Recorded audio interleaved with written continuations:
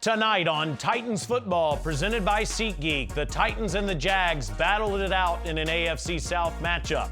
Coach Mike McCoy is here to discuss the game and share his thoughts. Plus, Jeffrey Simmons racks up another sack. Defensive line coach Tracy Rocker breaks down Big Jeff's dominant plays. And Kevin Dyson made the most iconic play in Titans history. End zone! Touchdown Titans! There are no flags on the field! We catch up with the legend to see how he's making a difference these days. Let's press play on Titans football.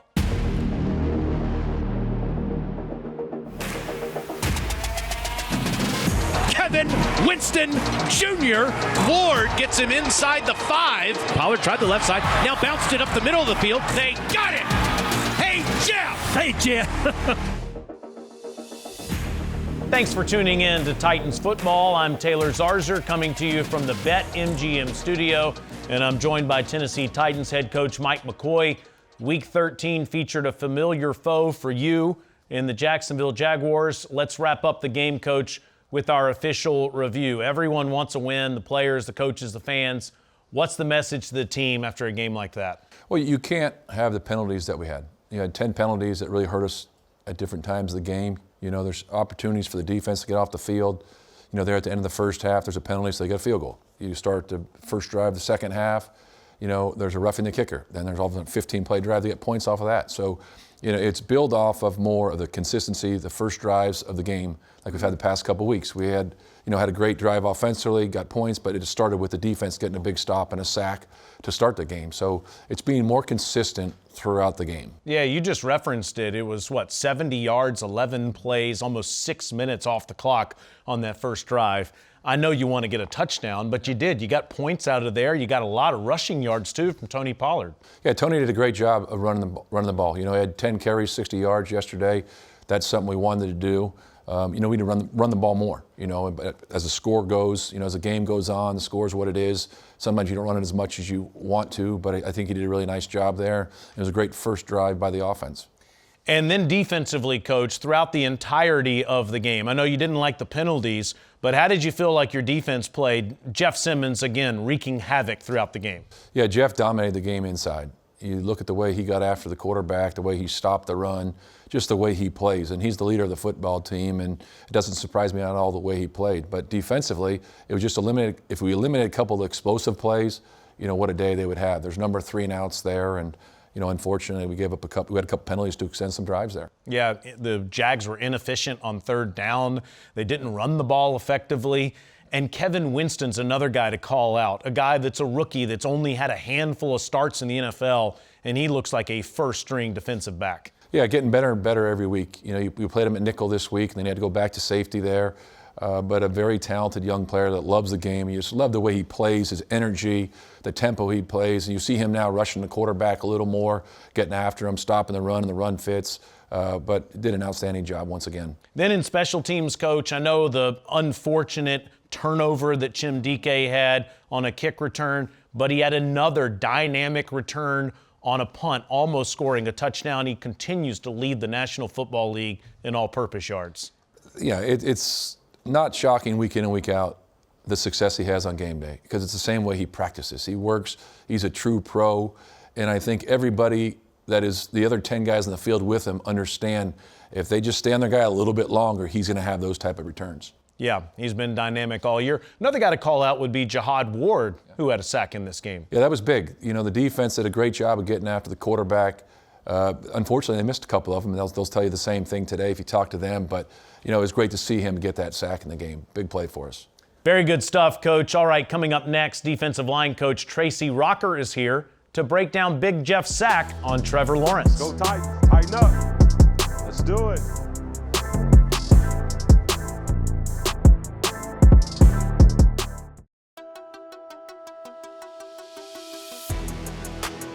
Lawrence drifts back. He's under pressure. They got it. Hey, Jeff. Hey, Jeff. Jeffrey Simmons with the sack. Big Jeff does it again. Jeffrey Simmons, 6.5 sacks on the season. That was the most recent one, and we bring in the Auburn Tiger great defensive line coach. Tracy Rocker is with us. Coach, Big Jeff having another Pro Bowl year. A great year. Yes, sir. And glad to have him back. That's in the right. last couple of weeks, and it was a, other than the loss, it was a good Thanksgiving game for him. There you go. Let's take a look at the Jags play there. We're in low bench mad, and this is Jeff right here. And the biggest thing is, he's just they turn the protection to him. He just beats two people and determined to get it. Yeah. It's a no-brainer. And the biggest thing is, I have to tell you this about this young man. He practiced like that, and now he plays like that on the weekend. How awesome is that? You love that. Yeah, he does every day the same motor. Here's another look at it here. Yep. And from right here, again, the biggest thing here, we're sitting now, we're in a, we call this our 30 package, where we put Jeff now out at an end spot. Okay, and the biggest thing is now, hopefully, hey, they may turn the protection to him, they may not. The thing is, hey, this time here, they turned the protection, he's one-on-one, and now he still wins the one-on-one there. Okay, that was against the Texans, of course, the week before the Jags game. You keep rolling it, Coach. The Texans, how about this one? What about this play? What about this play? The thing that's fascinating to me is that the Texans decide to just, hey, let's turn this guy loose. And you got two of these guys just running into each other, and these guys are over here blocking, three people blocking 97. What about that? So it's a great play for him. Not the best for C.J. Stroud. No. There is No, probably not terrified. at all. No. And if you go back, Coach, you let this roll, and then you go back to the beginning of the season against the Denver Broncos. He forced a fumble in week 1 against a team that's turned out to be one of the best in the league. What a week, man. That was the first game of the season. Biggest thing is here, I'll go back here. The biggest thing here is that this is the first game of the season here. And the thing that was awesome about this is that Jeff, they leave him alone, and now he becomes back alive, and now he gets the strip sack. As we see there. Bam, I'll stop it. Yeah. Now all of a sudden, this guy's gonna leave the protection, and now it leaves Jeff one-on-one. And the biggest thing is this was a big turnover for us right there out of this deal here. Big turnover. Comes back, strip sack, and Day ends up with the recovered fumble. Unbelievable year. I know you love coaching him. We appreciate you being here, Coach. We need to have you in here more often to take a look at these great plays. I tell you, I really enjoyed looking at this TV up here. What a nice setup we have. That's Coach Rocker coming up. Kevin Dyson went from playbooks to textbooks. We catch up with the Titans legend next. You've been so structured for most of your life, you don't necessarily know what's the next steps. Bye, y'all have a good day at school.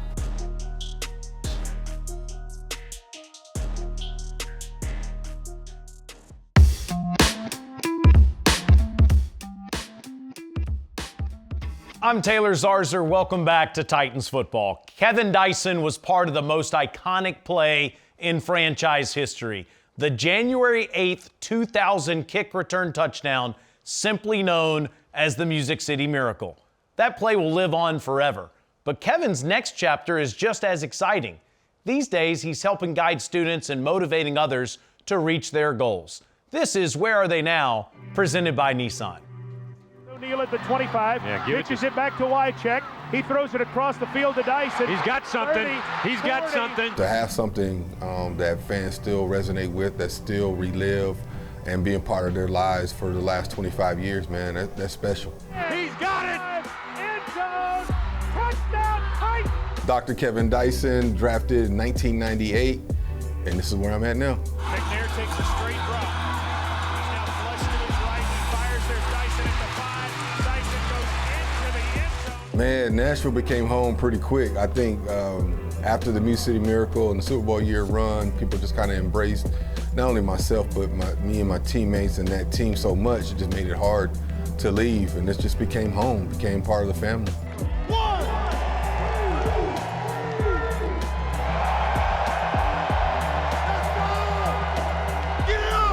I think like most players, when you retire, you've been so structured for most of your life, you don't necessarily know what's the next steps. Bye, y'all have a good day at school. The education route kind of took a life of its own as I got into coaching. I really enjoyed coaching, teaching kids about the game that had done so much for me. And then it just progressed from there. I went back to school, got my master's degree, and I learned something about myself. I learned that I love to learn. I learned I love to get new information and being able to apply it. So, you know, it just kind of took a life of its own, and I was able to grow from there. I moved into the administrative side of education, man, and love leading and finding ways to inspire people, not only the students, but the faculty and staff, and even parents at times. And I enjoyed that aspect of it. And then I found out there was opportunity for me to get a grant to extend my education one more time. Man, went back, got my doctorate, and now Dr. Kevin Dyson. My mom had one rule. That rule was we had to have a B average or 3.0 or better to play sports. I challenged that, as like most kids would. To sit here and say that I was a fantastic student is a lie.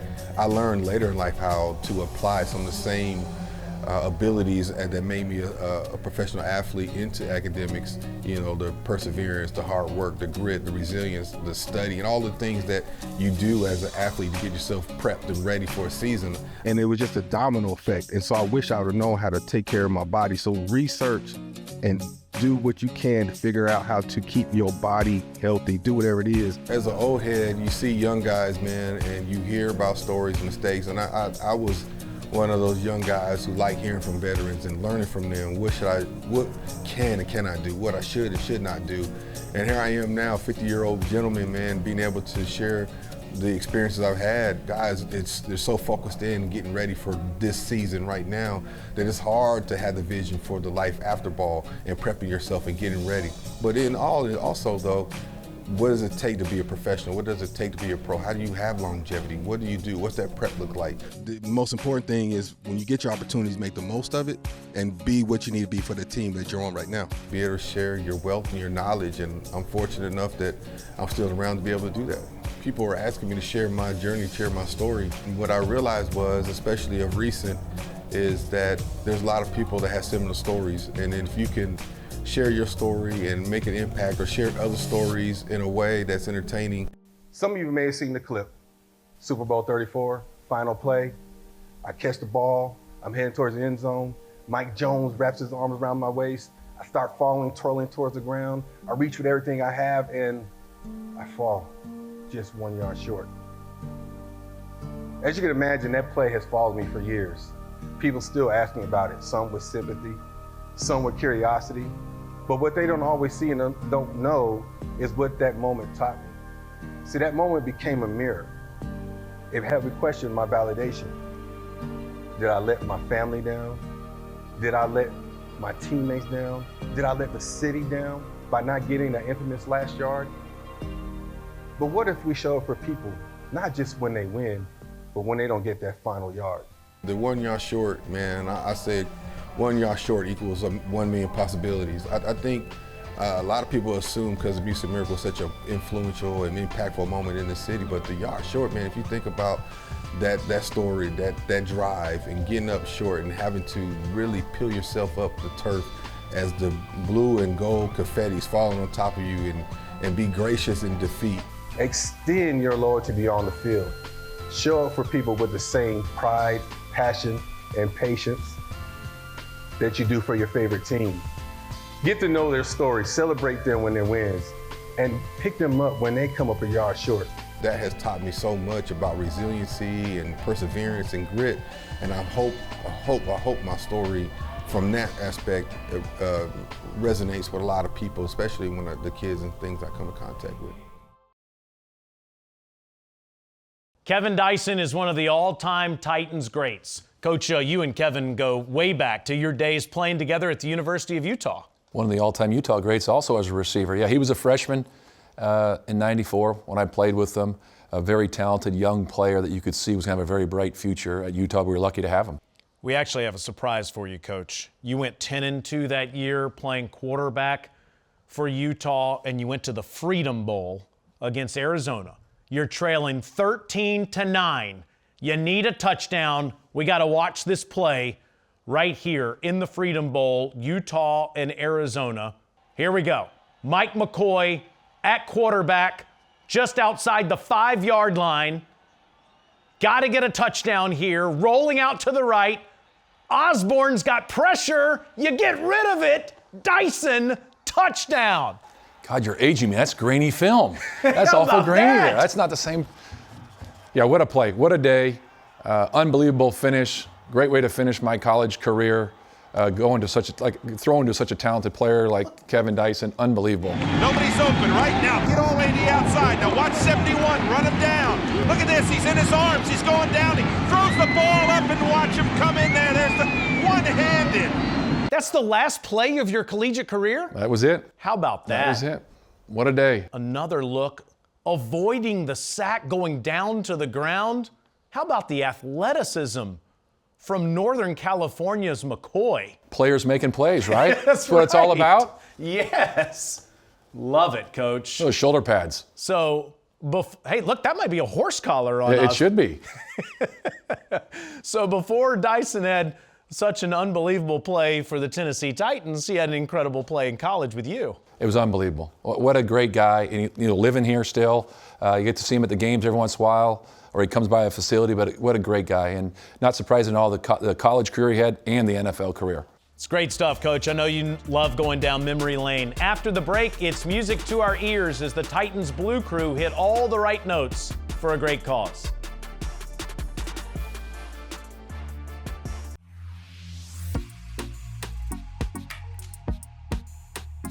We're back with more Titans football. When the Titans score a touchdown at Nissan Stadium, this is what it looks and sounds like from inside what we call Booth 7. Cam has 3 receivers to the right and 1 to the left. And now he's going to bring DK in motion, and he's going to fake it to DK. Cam keeps it himself. He runs, he dives to the end zone. Touchdown! That is a Titans touchdown! What a play. Cam Ward gave his body up and scored. In the stands, fans celebrate to the 1963 Johnny Cash hit Ring of Fire. Titans Game Day executive producer David Schindler is always ready to press play on that signature stadium soundtrack. Recently, one band member from Stratford High School had a once-in-a-lifetime experience getting to play that celebratory tune. Here is this week's SeatGeek Sound.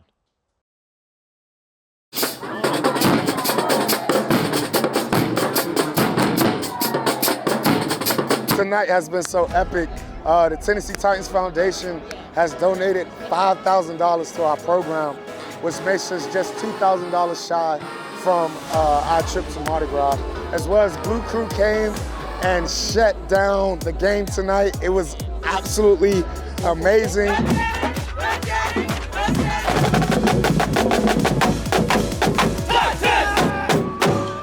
From the Titans Foundation and the Blue Crew, we all kind of put our heads together and came up with a way to try to support their goals and also come here and just hang out, get to know them. And now we're excited we get to see them on Sunday when they come to Nissan and hang out with us.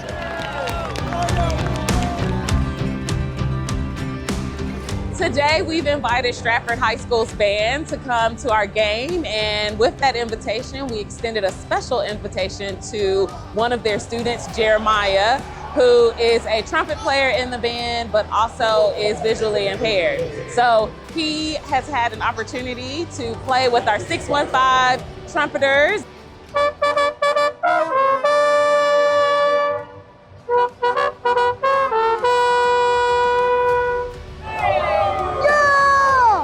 Let's go Titans! How was it, Jeremiah? Fun, for sure. So for Jeremiah, this is something that I think the Tennessee Titans were able to bridge those gaps and create those moments for our young people. Someday they'll look back and say, the Tennessee Titans gave me that opportunity. Up next, Coach McCoy has a preview of the Titans' next opponent, the Cleveland Browns.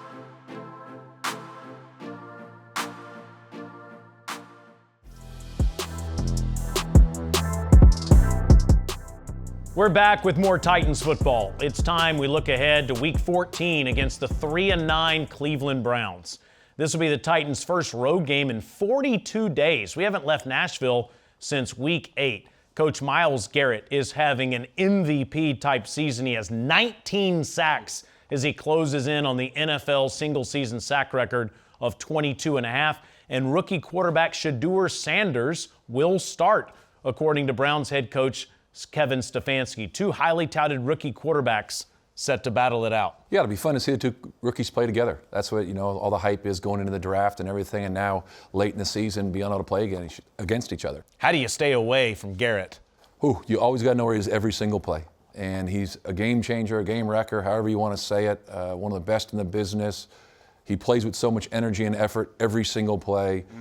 You love watching him on tape. I bet the Browns are saying the same thing about Jeff Simmons. Without a doubt. Without a doubt they are. Just the way Jeff plays. They got a motor. They just go every play, full speed. They play the game the way it's supposed to be played. We could have some snow in the forecast. It'll be a cold day on Sunday. Let's go get them, Coach. Let's do it. All right. Our pregame radio coverage of Titans Countdown begins at 11 o'clock Central Time on 104.5 The Zone with kickoff set for noon. For Mike McCoy and Tracy Rocker, I'm Taylor Zarzer. Thanks for watching Titans football, and we'll see you next time.